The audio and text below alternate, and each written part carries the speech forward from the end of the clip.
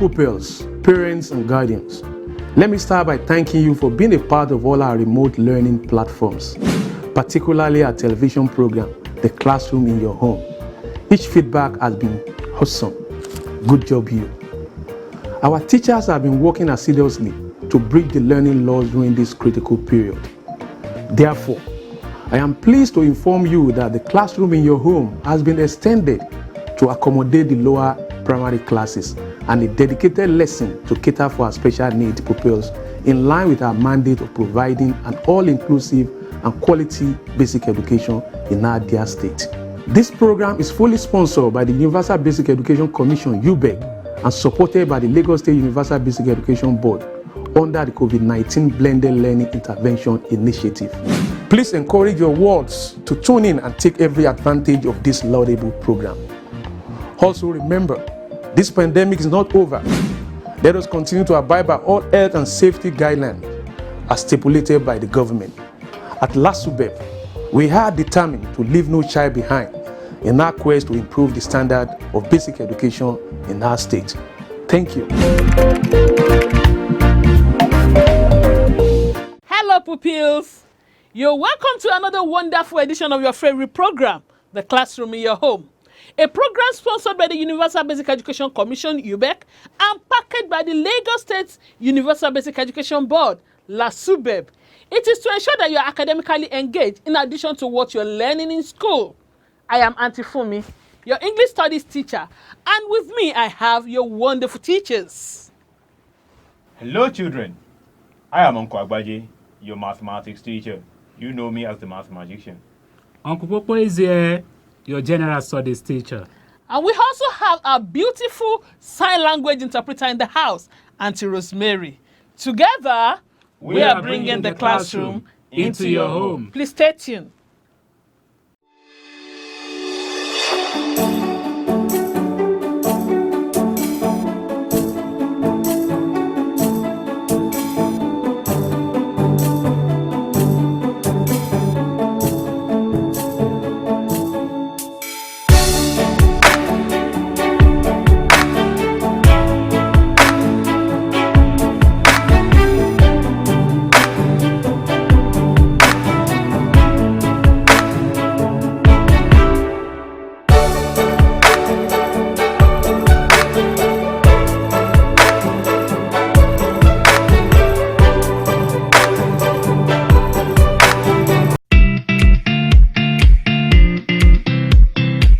Welcome to Auntie Fumi's class.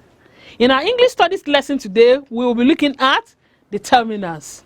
Yes, the topic for today is determinants. Before we look into the learning objective, I want to say good job you to as many of you as that did the homework. You wrote a letter of complaint about the poor drainage system in your streets. I received so many letters. I want to say good job you. Now to the learning objective for today. By the end of today's lesson, you should be able to define determinants. You should be able to do what? Define determinants. Not only that, you should also be able to state the types of determinants and use them correctly. Yes, you should be able to state the types of determinants and use them correctly. Let's go into the lesson. When we say determinant, what are determinants? Determinants are words that come before nouns to show how the nouns are being used or to show what it means or what they mean. Determinants are words that come before nouns to show how the nouns are being used or to show what they mean. Determinants are either specific or general. Determinants are either specific, it is either they are specific or general. Now let's look at the specific determinants. The specific determinants. This includes definite article THE, the. That's an example of specific determinants. Definite article the, THE. And demonstrative adjectives like this, THIS, this, THESE, that, and those, THOSE. we're talking about specific determiners. And we're saying specific determiners include definite article the, the, and demonstrative adjectives like this, this, these, these, that, that, and those, those. Please follow the lesson. Now, general determiners. General determinants. They include the indefinite articles a and an. General determinants include indefinite articles a and an. Now, talking about general, still on general determiners, it also includes quantifiers such as, we are going to read this together, all these quantifiers together. Either, neither, other, several, all, another, more, much, most, both, each, every, few, little, many, some, enough. And not only that, it also includes cardinals. When I say cardinals, I mean numbers like 1, 2, 5, 10, and also ordinals like first, second, fifth, and 10. That is talking about quantifiers under general determiners. Now, let's focus on indefinite articles a and an. Indefinite articles a and an.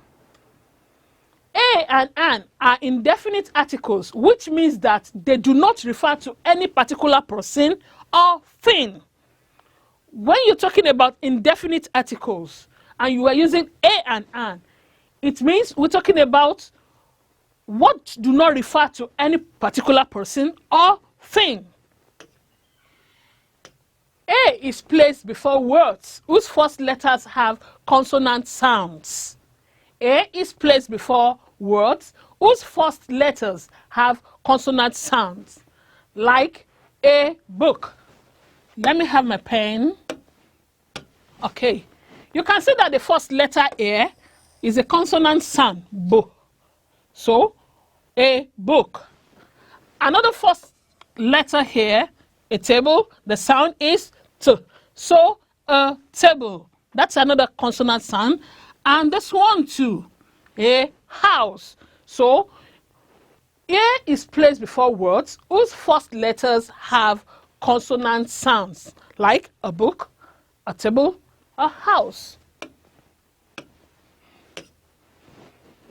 A is used with singular nouns, since A means one. So, a book means one book. A pen also means one pen. It is not used with uncountable nouns. You don't use them with uncountable nouns. For instance, you cannot say a oil. It is not possible. It is incorrect to say that because oil is uncountable. Instead, you will say some oil. Now, let's look at another indefinite article, an. An is placed before words whose first letters have vowel sounds. An is placed before words whose first letters have vowel sounds. You know your vowels, the letters, and the sounds. A, E, I, O, U. You know that. So, an is placed before words whose first letters have vowel sounds. For example, an egg, an orange, an ant, an elephant, and so on and so forth. Well done, children. I believe you are enjoying the lesson. Like the article a, an goes with singular nouns. So, an egg means one egg. Words like her, honest, and honor begins with consonants, but they take an in front of them. Let me take that again for clarity. Like words like how, let me use my pen. Words like how, honest, and honor. They begin with consonants, but they take an. They take an in front of them. Why is this so? This is because they have vowel sound. They have vowel sound. The H is silent. The H is what? Is silent. So we have an honest man, and so on.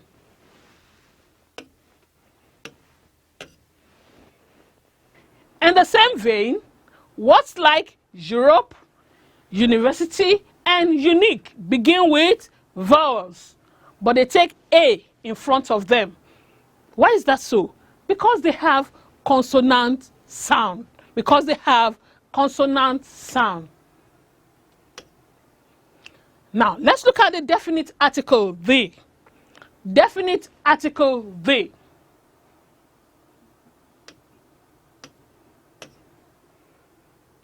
The is spelled as T-H-E. The word the, being a definite article, is used to refer to a particular person or thing that is already known to the speaker or the listener. When you have a word and it starts with the, that means you're referring to a particular person or a thing that is already known to the speaker or to the listener. For example, if John tells Peter, bring the book here. If John tells Peter, bring the book here, it means John or Peter already knows the particular book being referred to. It's not referring to just any book. It's referring to a particular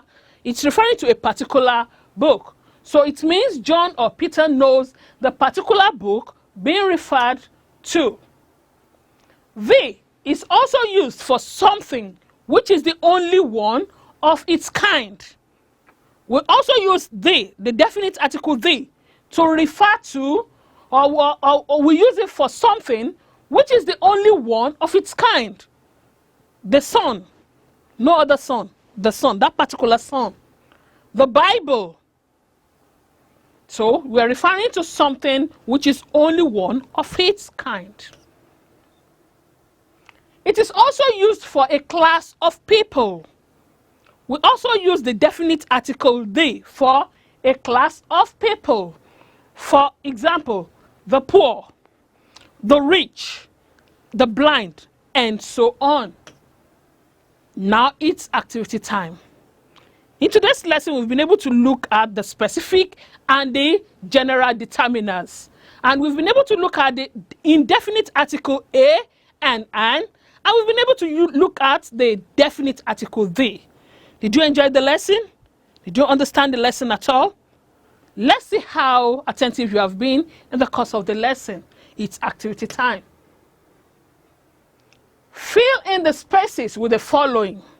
You have to fill the spaces with a and the or some. Number 1, dash girl who came here is my friend. Is it a girl and girl, the girl or some girl? Who came here is my friend. Number 2, dash aeroplane is bigger than dash car. Number 3, she works in dash unisex hairdressing salon. 4, put dash sugar into dash tea. And number 5, there is dash university in Ibadan. You have 30 seconds to write just the answer, and your time starts now.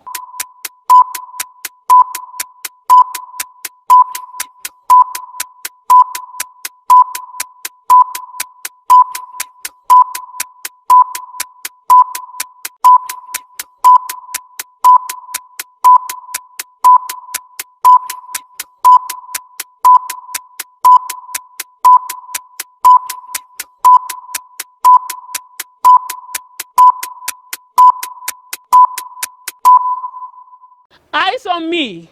By now, you must have finished writing the answers. Now, let's see how correct you are. These are the answers. The girl who came here is my friend. Did you get that? Then mark. An aeroplane is bigger than a car. An aeroplane is bigger than a car. Number 3, she works in a unisex hairdressing salon. She works in a unisex hairdressing salon. Number 4, put some sugar into the tea. A particular tea, yes. Put some sugar into the tea. The last one, there is a university in Ibadan. Did you get the 5 correctly? Are you sure? Then you deserve to be celebrated with a cheer. Good job, you. Now to your homework. Here is your assignment. You are to fill in the spaces with the following. Just like your classwork, fill the spaces with either A and B. Some. You have 10 seconds to copy this assignment before I come back to sign off.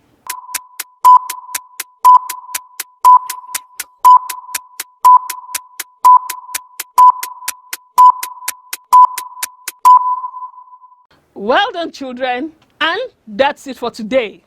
We've come to the end of today's lesson. Did you enjoy the lesson? I did too. It's time to hand you over to Uncle Agbaje for another well-packaged mathematics lesson. Well done, children. Don't forget, Auntie Fumi is always proud of you. Well done.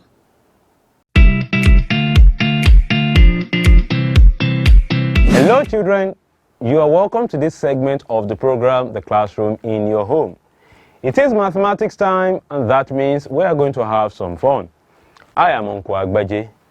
Today is Monday, and you know that means we are going to begin with the Math-a-thon, a 1-minute exercise where you have to solve 8 questions. Now, today's Math-a-thon, you're going to be tested on how you have learnt your multiplication with 5. Remember that I have taught you in Magic Tuesday how to multiply numbers with 5. To multiply numbers with 5, just divide that number into 2 if it's an even number and add 0 at the end. And of course, if it's an odd number, remove 1 and divide it into 2, then add 5 at the end. You'll also be tested on the multiplication table of 2. So 8 questions, 1 minute. Here you go, begin.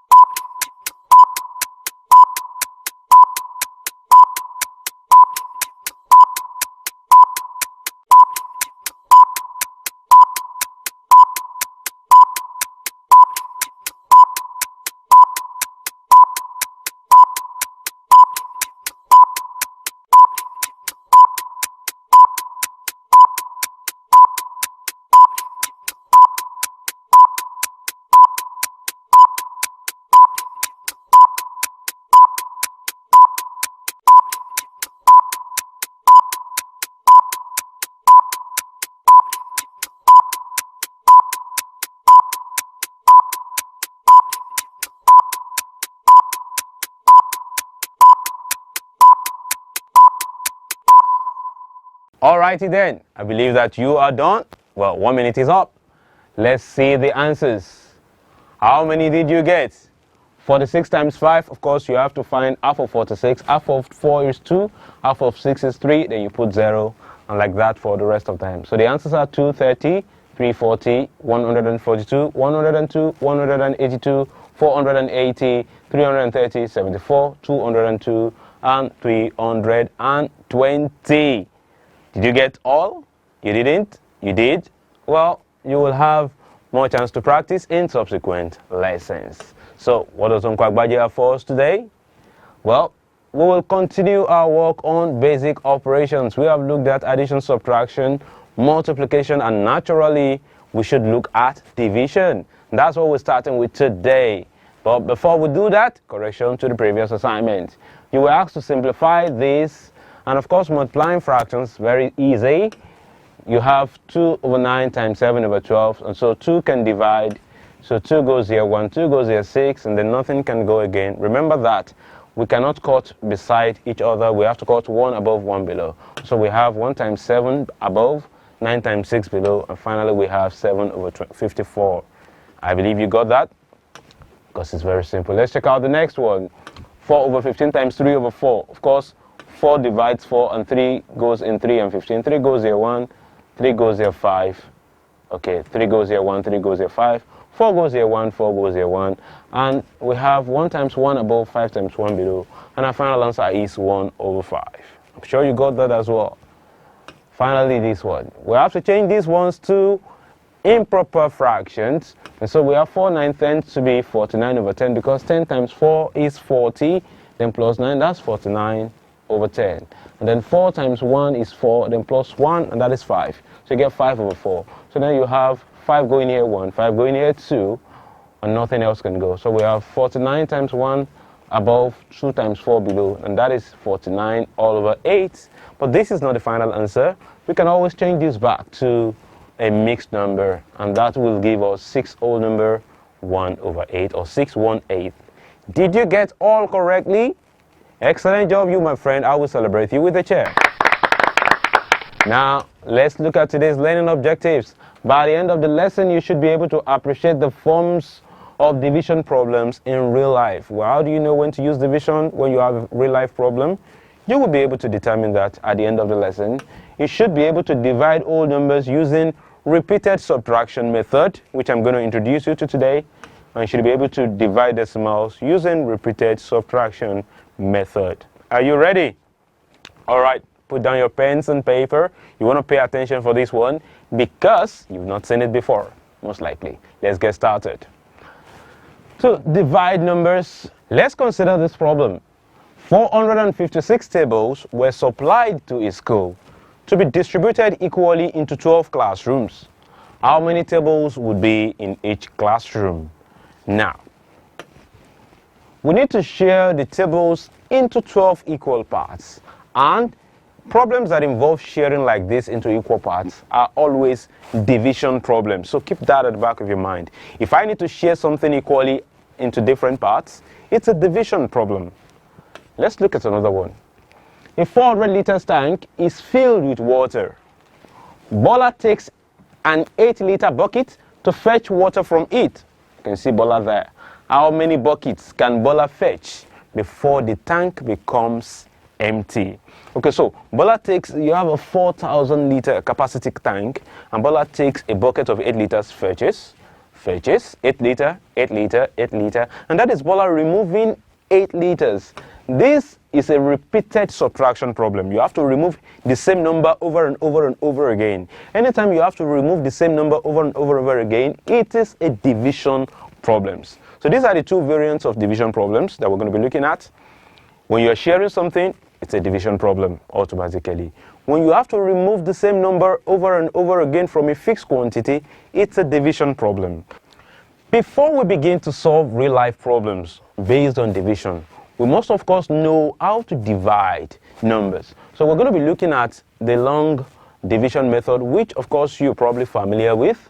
We'll just be reviewing it. It's not as if that's what we're going to be using. Let's see.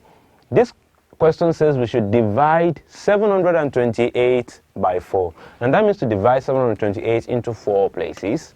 And so, of course, with the long division method, we write the dividend, the number we want to divide, inside this shape, and we'll put the divisor outside. Then we say 4 goes in 7 how many times? We say 1 times. And then 4 times 1, we write 4 under 7. And then we subtract, we'll get 3. Then we'll bring down the 2. Do you remember this? And we'll get 32 now. And then we say 4 goes in 32 how many times? We'll get 8, but we have to put that 8 on top of 2. Then we'll say 4 times 8, we get 32. We subtract again, and we get 0 right there. Then we need to bring down the next digit, which is 8. And then we say 4 goes in 8 how many times? And that is 2 times. 2 times 4 is 8. And so we write 8 there, and we subtract, and then we get 0. And then our final answer, of course, is 182. And this looks easy the way Uncle Agbaji has done it. But one thing I've discovered with a lot of pupils is that they get confused. They don't usually know what the next step is. Am I multiplying now? Or am I dividing now? Or am I subtracting now? Am I going to divide with this? Or am I going to divide with the one below? Which one do I bring down? Where do I place it? These are some of the problems associated with this method. Secondly, if you have to divide a large number with a large number. This method is going to be cumbersome. It's going to give you a lot of problems. And this is why I'm going to introduce you to another method, which I call the repeated subtraction method. Do not forget that repeated subtraction is a division problem. So you have to pay attention here. Let's see how it goes. This example says we are going to divide 604 by 4. And so what you should do, my friend, is that you have to create in your jotter a little table where you multiply the divisor, which is 4, what you want to use to divide, multiply it by 1, multiply it by 2, and then multiply it by 5. You can multiply every number by 1, it will give you itself. You can double every number. And I've taught you a shortcut for multiplying numbers by 5. Today, we will only focus on even numbers so that all the numbers end with 0. Put this in one corner of your book. It's going to help you along the way. Now, what you're going to do is that we are going to be subtracting 4 from 604. We're going to keep subtracting 4 until we get to 0. But that's going to take a long time, which is why we need that little table over there. So watch. I have 604. Now, what number can I put here from the list that I have here, the largest number possible? Here I have 8. 8 is the first digit, and 8 cannot go here, although it is the largest. Okay, so I can put 4, because I have 8, 4, and I have 2. So I can put 4 here. It's going to be easy to subtract. So I'm going to do just that. I'm going to put 4. And remember that that 4 means 4 times 1. Okay, but what's going to happen to these little spaces here? We're going to fill them with zeros. And when you fill these two spaces with 0, you have to fill these two spaces with 0, because we have 4 in the hundredths place, so you have to be multiplying by 100. And so it goes like this. Put 2 zeros here, then automatically put 2 zeros here. If this is 4 times 1, then 400 will be 4 times 100. Now we can subtract. And subtracting, we get 204. Now we have 204, but we are not finished yet. We have to keep subtracting 4. And so we'll go to the multiples of 4 that we have there. I want to put the largest one possible. I have 4, I have 8, and in the first digit here I have 2. So I can't put 4 or 8 here. I will put 2 here, and that is 20 because you have 20 there. So now that 20 is 4 times 5. So you don't just put 2. It's 20 that you have there. It's just that the first digit is 2. Now this space I will fill it with 0, and of course I have to put a 0 here too. That's 200, and that means 4 times 50. If 20 is 4 times 5, 200 will be 4 times 50. And I subtract. And then I get 4 here, because 4 minus 0 is 4, and I have 20. And of course, I will just put 4 here to round up, which is 4 times 1. It is important that you keep writing this part, okay? 4 times 1 is 4. And finally, I've gotten to the end, nothing to subtract again. So what have we done? We have subtracted 400, which is 4 in 100 places. We have subtracted 4 in 100 places. We have subtracted 4 in 50 places. We have subtracted 4 in 1 place. And so you don't really have to know the whole multiplication table or worry your head about, I'm going to divide this. We have subtracted 4 in 100 places, in 50 places, and in 1 place. That means that you have subtracted 4 in 150. That's 150 plus 1. So you just add up these numbers here. They're very important. So we have subtracted 4 in 151 places, and that is the answer. That means that 4 can go in 604 151 times. Now that was quite detailed. I'm going to rush a little bit in the next example. The beautiful thing about this method is that it works easily for large numbers, no matter how large they are. Just one final example. To divide 1440 by 32, 32 is also a big number, okay? So we'll do the same thing. Quickly write 32 times 1, 32. 32 times 2, just double each digit, you get 64. 32 times 5, divide 32 into 2, which is 16, then put 0. You get that. Now we're ready to begin subtracting. So you write 1440, which is the number we want to divide by 32. Now I have, what can I put here? I have 32, 64, 16.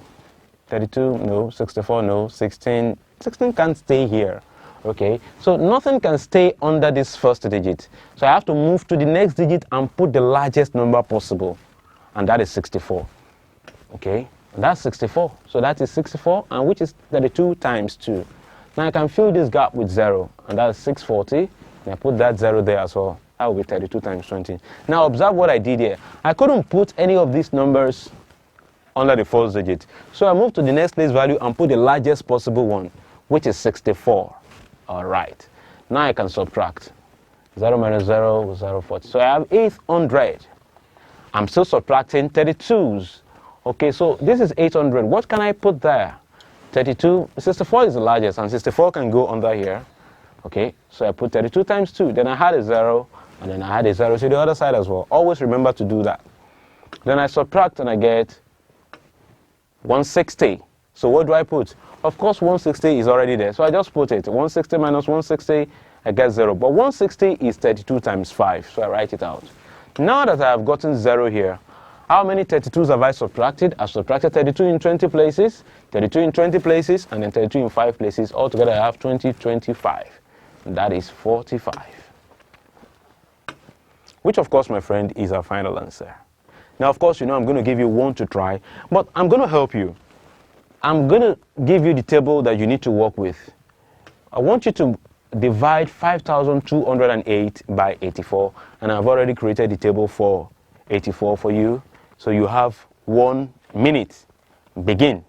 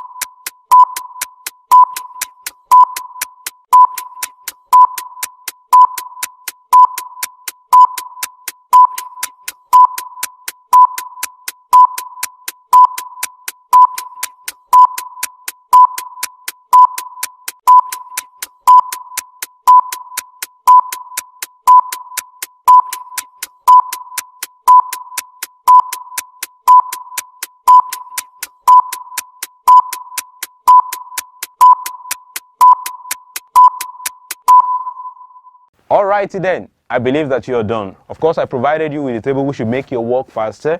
In your homework and in your free time, you will have to create your own table by yourself. I trust that you can do it in very little time using all the tricks that we have learned.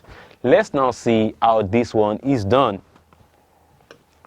We write 5,208. Now, what do I put here? I have 84. It can't stay there. That's the largest. Then I have 42.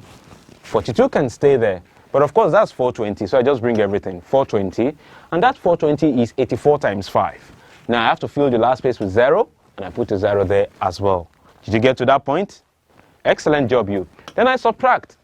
Now by subtracting, I get 1,008. Now, what do I put under this place?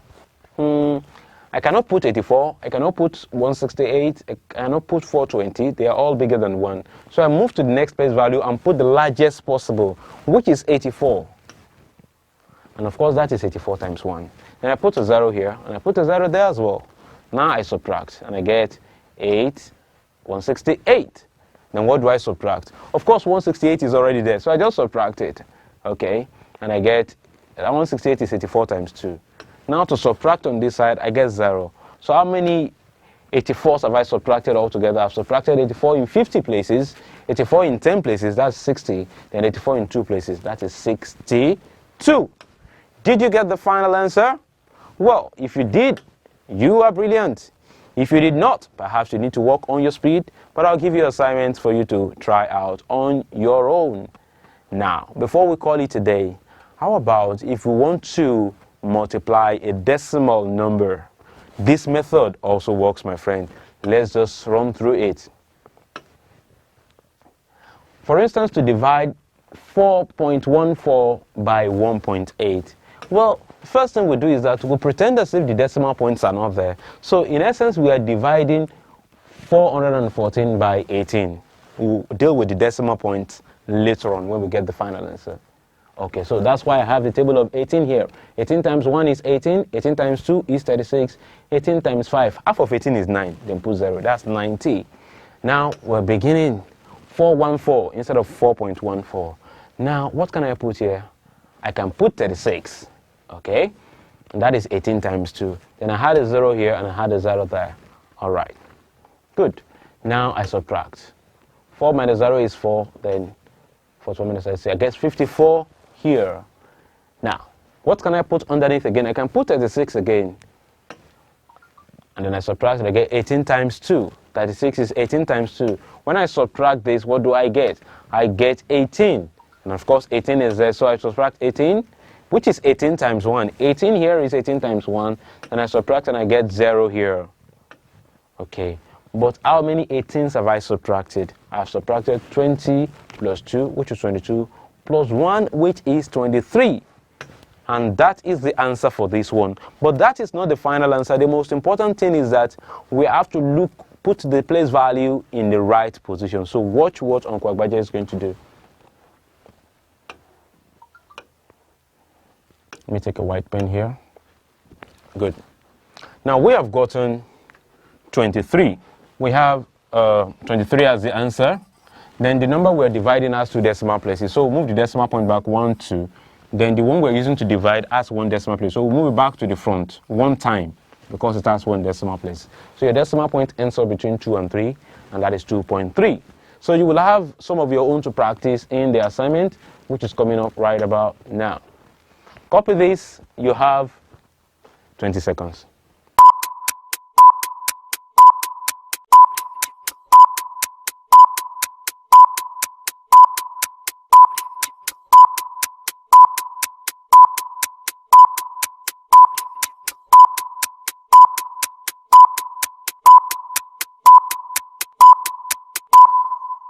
Alrighty then, I believe you're done.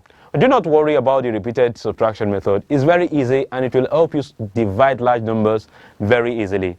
You will have more time to practice with this during the homework and of course in the next lesson.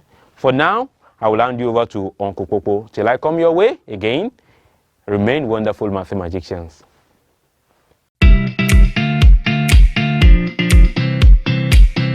Hello pupils, you are welcome to General Studies class. I am Uncle Popo. Uncle Popo is here. I am also here. Good. We are here together. 100% attention. 100% attention is what I want you to give me in today's lesson. Our subject for today is basic science and technology. Basic science and technology is the subject for today. We want to look at a very interesting topic. Before that, let me quickly share an experience with you. Just of a recent, I traveled to one part of the country, and the name of the city, they call the city FFO. That means for food only. In that city, they like welcoming people, especially visitors. So when I got there, they were very happy and they welcomed me and they gave me food. If you see the kind of food given to me, it's what 20 people can feed on for only me. But I was surprised that, wow, only me. They said that's how they've been eating in that city because it is for food only. And there, when they gave me the food, I was not happy, and I told them my observation that I won't be able to eat this food. And they asked why. I told them, one, the environment, because that place, the environment was very dirty. Very, very dirty, and even the food they made for me, I think it was not produced under a very clean environment. Because of that, and I told them what I observed and likely problem they will be facing, that is likely that the youth, the children, and everybody might be falling sick frequently. And they said yes. I told them the reason is because of the environment, because of the bad environment, because of the unclean environment. And all of them listened to me, and that day they made attempts that they will be making their environment clean as from that moment. Because of that, they even changed the name of the city to the Clean City. And from that time on, they have been making the environment clean and making things done perfectly. So that leads us to our topic for today. Our topic is environmental quality. Say that, environmental quality. The learning objectives. By the end of the lesson, you should be able to define environmental quality. 2, describe a good quality or healthy environment. And 3, you should be able to state the advantages of a good quality or healthy environment. Environmental quality. What do we mean by that? Environmental quality is the degree to which the environment is good or bad. The degree to which the environment is good or bad. That is environmental quality. Now talking about good quality environment and bad quality environment. This picture is really showing, from this picture you can see that this is very clean, and I believe all of you would love to be in this place or to be living here because one is very clean, very attractive, and this is the other one, bad quality. I believe none of you would like to live or stay in this environment. This is the kind of environment that I told you in that story of for food only. This is how exactly the environment was. And you know, the kind of food they will produce here, I don't think it will be under hygienic condition. So this is good quality, very clean, neat.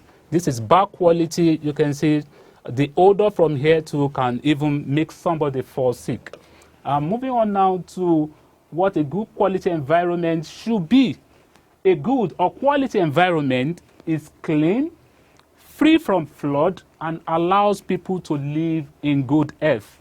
A good or quality environment is clean, free from flood, and allows people to live in good health. That means when we say a good or quality environment, it should be clean, it should be free from flood, and people will be living in peace, and they will be living in good health. This is another example of a good environment, very attractive. And now let's look at a good or healthy environment.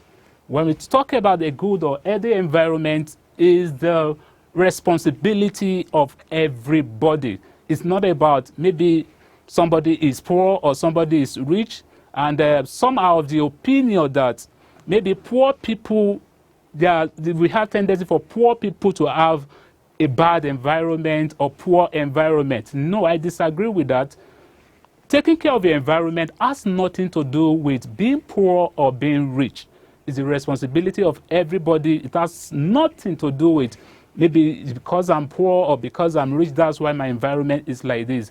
It's just your own thinking and your attitude to how you take or how you want your environment to be. Let's look at what a good or quality environment is. This is just a picture, talking about a very good or quality environment.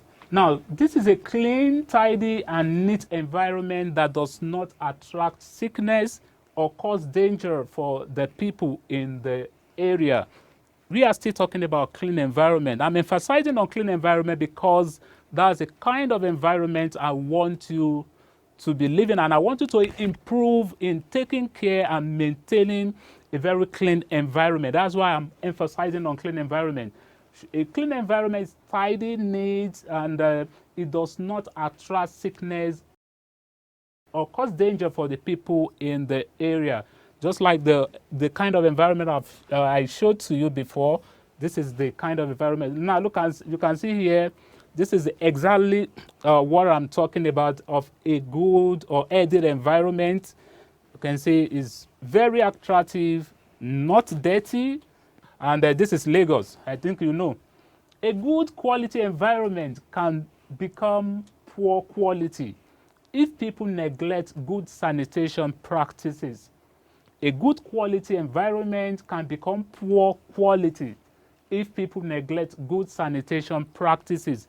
Just like this environment that I just showed to you, this is a very good one, but people can make it to become a very poor or bad quality environment if people are not taking care of it, they are not doing the proper sanitation, they are not doing the regular cleaning of the environment. It can make it turn worse and become dirty, the environment. So it's just the attitude of people to the environment that dictates whether the environment will be clean or dirty. Yeah, you can see here, this is the picture of dirty environment. I believe looking at it, some of you are already saying, no, I don't like it. Good. This is just a picture of dirty environment. And you can see in the drainage here, see kind of what we have there. The attitude is just the people that constituted this and made this the way it is. Like I told you before, for environment to be clean or dirty, is just the people living in that environment that will be responsible for it. Qualities of a good or healthy environment. Qualities of a good or healthy environment. Number one, it is free from odor. A good or healthy environment should be free from odor. And the next one is it should have a free water flow. A good or healthy environment should have free water flow. You must have drainage leaching away the water to the unused water to where it's supposed to be. And next one is it has no weeds. A good or quality environment should not have weeds around the house. It should be the regular sanitation practice where you uproot the weeds. You've been told in agriculture that weeds are unwanted plants. It's likely you have weeds around your house, but you should try to uproot the weeds. So a good or quality environment should have no weeds around. And next one is it does not encourage the growth of pathogens and vectors. A good or healthy environment should not encourage the growth of pathogens and vectors. What do I mean by pathogens and vectors? They are diseases causing germs. A good or healthy environment should not encourage that. Next one is it is easily accessible.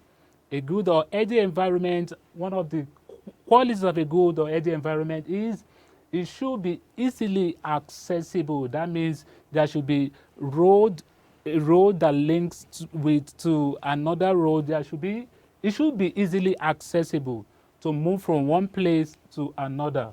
That's one of the qualities. Next is a good or healthy environment should be neat and attractive. That's one of the qualities. You can see from this picture, this is neat, this is attractive.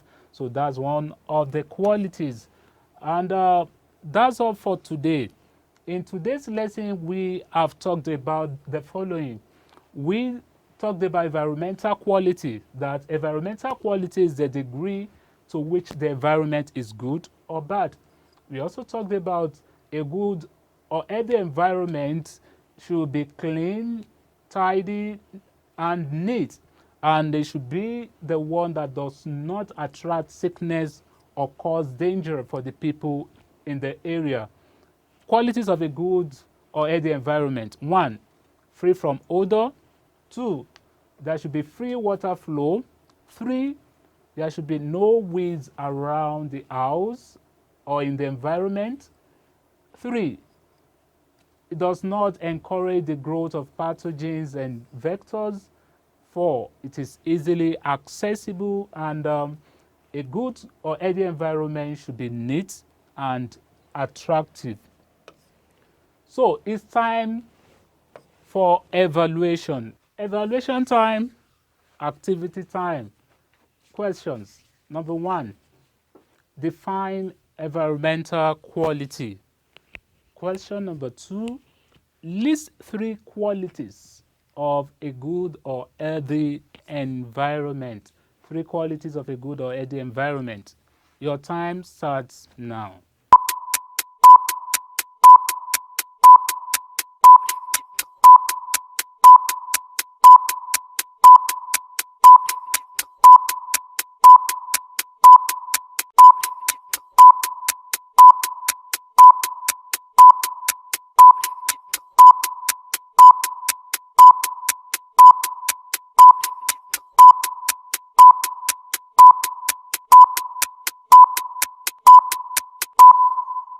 Eyes on me.